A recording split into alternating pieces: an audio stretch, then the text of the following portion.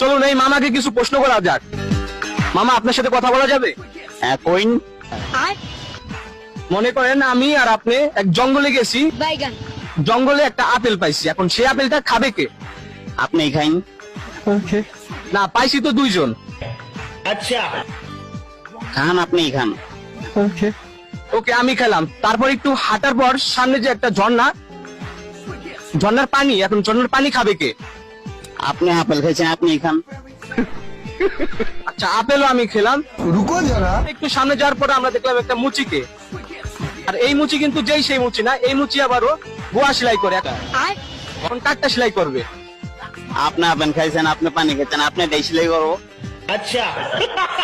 ও আচ্ছা, আমারটাই সেলাই করলো।